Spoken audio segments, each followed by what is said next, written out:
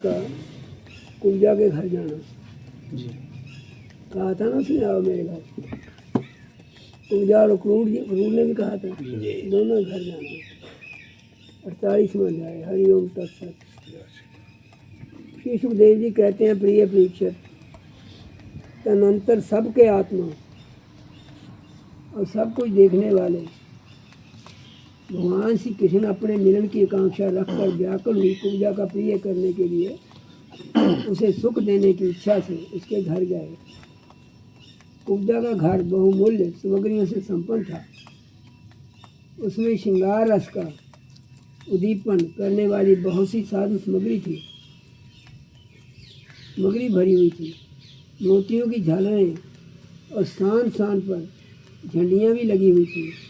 चिंदावे तने हुए थे, सेजें बिछाई हुई थी। बैठने के लिए बहुत सुंदर सुंदर आसन लगाए हुए थे।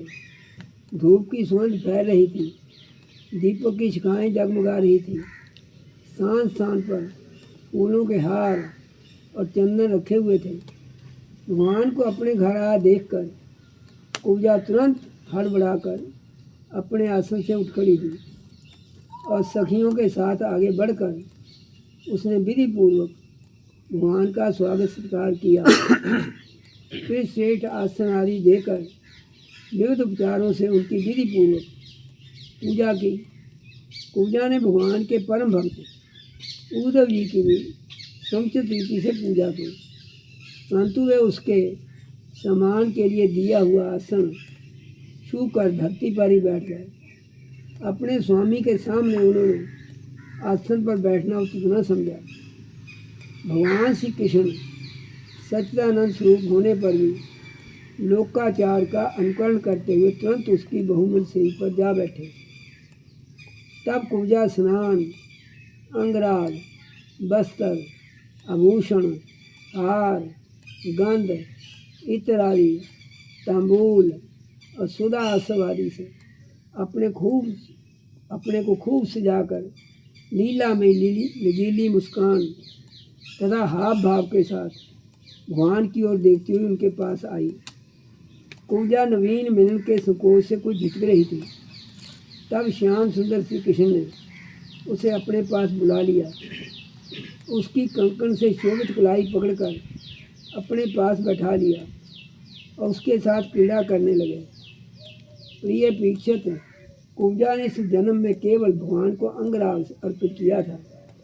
उसी एक शुभ कर्म के फलस्वरूप उसे ऐसा अनुपम अवसर मिला। कुब्जा भगवान श्री कृष्ण के चरणों को अपने काम संतप्त हृदय, वक्षस्थल पर और नेत्रों पर रखकर उनकी दिव्य सुगंध लेने लगी। इस प्रकार उसने अपने हृदय की सारी आदि व्याधि शांत कर ली। वक्षस्थल पर सटे हुए अनंत मूर्ति प्रीतम श्याम सुंदर का अपनी दोनों भुजाओं से गाढ़ लिंगन करके कुब्जा ने दीर्घ काल से बढ़े हुए विरह ताप को शांत किया। प्रिय परीक्षित, कुब्जा ने केवल अंगराग समर्पित किया था, उतने से ही उसने सर्वशक्तिमान भगवान की प्राप्ति हुई, जो केवल मोक्ष के ईश्वर हैं और जिनकी प्राप्ति अत्यंत कठिन है। परंतु उस दुर्भाग्या ने उन्हें प्राप्त करके भी ब्रज गोपियों की भांति सेवा न मांगकर यही मांगा, प्रीतम आप कुछ दिन यहीं रहकर मेरे साथ क्रीड़ा कीजिए, क्योंकि हे कमल नयन, मुझसे आपका साथ नहीं छोड़ा जाता। प्रिय परीक्षित, भगवान श्री कृष्ण सबका मान रखने वाले और सर्वेश्वर हैं। उन्होंने अभीष्ट वर देकर उसकी पूजा स्वीकार की। फिर अपने प्यारे भक्त उद्धव जी के साथ अपने सर्व सम्मानित घर पर लौट आए। प्रिय परीक्षित, भगवान ब्रह्म आदि समस्त ईश्वरों के भी ईश्वर हैं। उनको प्रसन्न कर लेना भी जीव के लिए बहुत ही कठिन है। जो कोई उन्हें प्रसन्न करके उनसे विषय सुख मांगता है, ध्यान करो, वह निश्चय ही दुर्बुद्धि है, क्योंकि वास्तव में विषय सुख अत्यंत तुच्छ नहीं के बराबर है।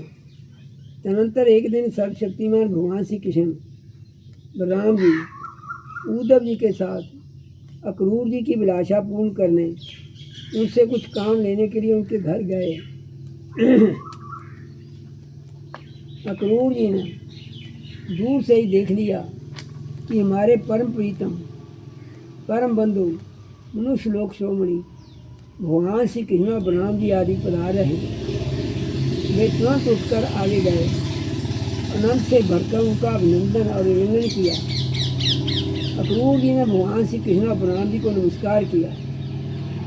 तब उद्धव जी के साथ उन दोनों भाइयों ने भी उन्हें नमस्कार किया। जब सब लोग आराम से आसनों पर बैठ गए तब अक्रूर जी उन लोगों की विधिवत पूजा करने लगे। प्रिय परीक्षित, उन्होंने पहले भगवान के चरण धोकर चरणोदक सिर पर धारण किया, फिर अनेकों प्रकार की पूजा सामग्री, दिव्य वस्त्र, गंध, माला और श्रेष्ठ आभूषणों से उनका पूजन किया। सिर झुकाकर उन्हें प्रणाम किया और उनके चरणों को अपनी गोद में लेकर दबाने लगे। उसी समय उन्होंने विनयान्वित होकर भगवान श्री कृष्ण और बलराम जी से कहा, भगवान, यह बड़े ही आनंद और सौभाग्य की बात है कि पापी कंस अपने अनुयायियों के साथ मारा गया। उसे मारकर आप दोनों ने यदुवंश को बहुत बड़े संकट से बचा लिया है तथा अनंत उन्नत और समृद्ध किया है। आप दोनों जगत के कारण और जगत रूप हैं, आदि पुरुषों। आपके अतिरिक्त और कोई वस्तु नहीं है, ना तो कारण है और ना तो कार्य है। परमात्मन, आपने ही अपनी शक्ति से इसकी रचना की है और आप ही अपनी काल माया आदि शक्तियों से इसमें प्रविष्ट होकर जितनी भी वस्तुएं देखी और सुनी जाती हैं उनके रूप में प्रतीत हो रहे हैं। जैसे पृथ्वी आदि कारण तत्वों से ही उनके कार्य स्थावर जंगमशील बनते हैं। वे उनमें उन प्रविष्ट से होकर अनेक रूपों में प्रतीत होते हैं, परंतु वास्तव में वे कारण रूपी हैं। इसी प्रकार हैं तो केवल आप ही, परंतु अपने कार्य रूप जगत में स्वेच्छा से अनेकों रूपों में प्रतीत होते हैं। यह भी आपकी एक लीला ही है। कबो आप रजोगुण, सतोगुण और तमोगुण रूप की अपनी शक्तियों से कर्मशः जगत की रचना, पालन और श्रृंगार करते हैं, किंतु आप उन गुणों से अथवा उनके द्वारा होने वाले कर्मों से बंधन में नहीं पड़ते, क्योंकि आप शुद्ध ज्ञान स्वरूप हैं। ऐसी स्थिति में आपके लिए बंधन का कारण ही क्या हो सकता है। कबो स्वयं आत्म वस्तु में स्थूल देह, सूक्ष्म देह आदि उपाधियाँ न होने के कारण ना तो उसमें जन्म मृत्यु है और ना किसी प्रकार का भेदभाव। यही कारण है कि ना आप में बंधन है और ना मोक्ष है। आप में अपने अपने अभिप्राय के अनुसार बंधन या मोक्ष की जो कुछ कल्पना होती है उसका कारण केवल हमारा अविवेक ही है। आपने जगत के कल्याण के लिए यह सनातन वेद मार्ग प्रकट किया है।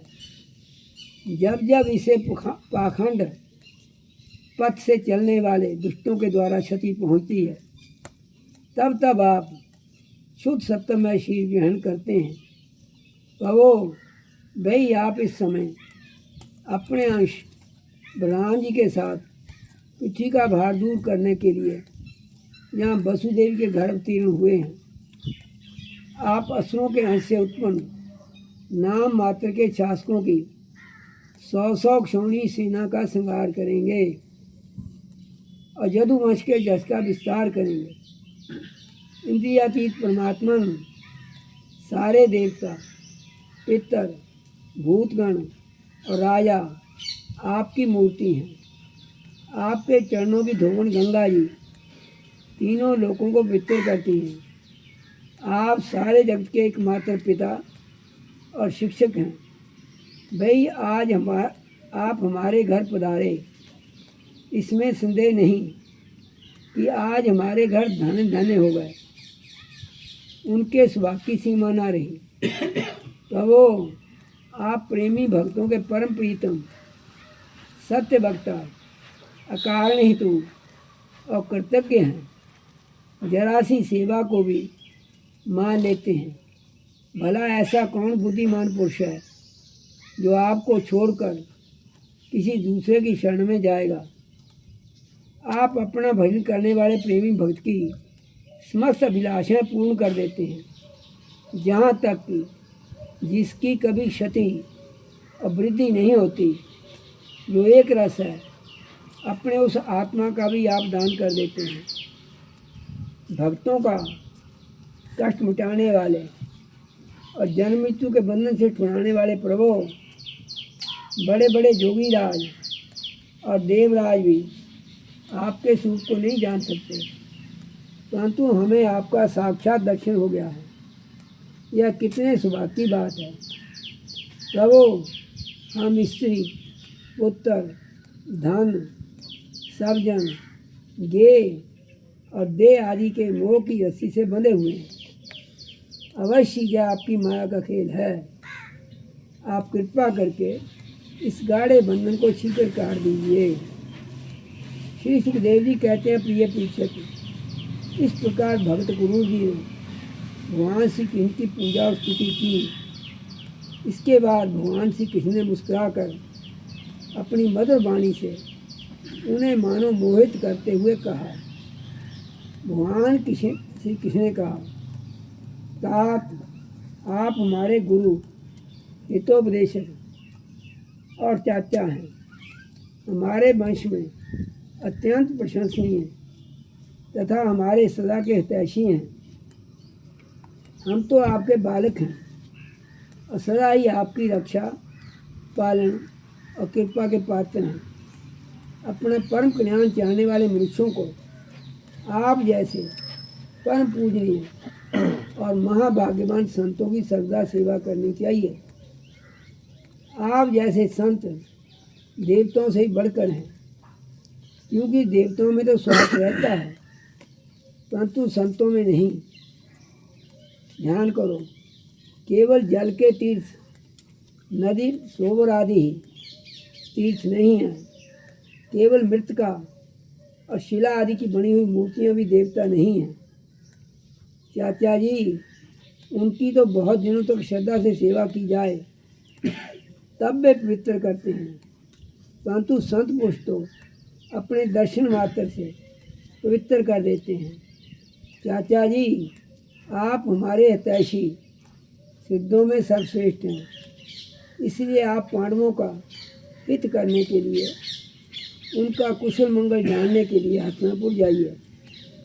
हमने ऐसा सुना है कि राजा पांडु के मर जाने पर अपनी माता कुंती के साथ युधिष्ठिर आदि पांडव बड़े दुख में पड़ गए थे।